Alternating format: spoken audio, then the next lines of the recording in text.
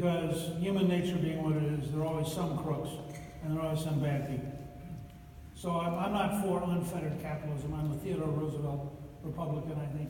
You know, for example, if I stop at McDonald's, I'd like the beef to actually be beef. You know, it's bold, it's out on the edge. If you're a true libertarian, you go, well, but after all, your family can sue if you die of bad beef. And I'm going, yeah, that's not the solution I'm looking for. So I'm willing to have a kind of regulated capitalism in terms of safety, honesty, things like that. It's a big problem, for example, about importing drugs, because if you look at drugs that are imported, say, from Pakistan, the odds are fairly good you're getting cancer-treating drugs that don't treat anything. They're just junk. So the drug has to actually be the drug. And that's a really important part of any drug importation debate.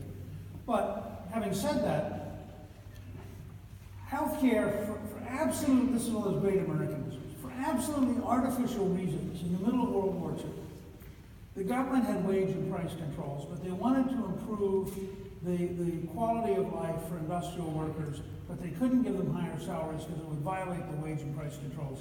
So they made health insurance tax deductible. This was not a health policy. This was a buy off the workers so they keep producing during the war. And it was a clever way to get through the American system. It's exactly like one of the reasons the current effort on the bill is so crazy is on the one front they're trying to meet the Congressional Budget Office, which is insanity, and on the other front they're trying to meet the Senate reconciliation rules, which is insanity. And so you have two insanities meeting in one bill, and it's just goofy. So in that setting, we invented a triangular system. Now, a triangular system is where one person gets a good or service. The second person gives the good or service. And the third person pays for the good or service. Now, the person who's getting it thinks they're getting it for free, so they wonder why they don't get more sooner. The one who's giving it assumes the person they're giving it to is cheating them, and really resents the person who's giving them money, because that person's doing nothing for the money but setting up more red tape. So you inherently have friction.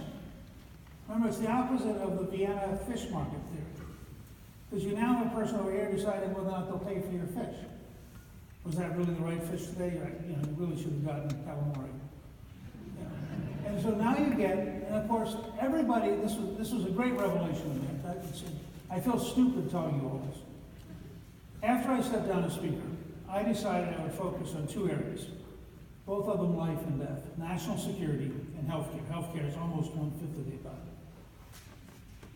I have to tell you, after having spent over a decade doing this, healthcare is 10 times more complicated than national security.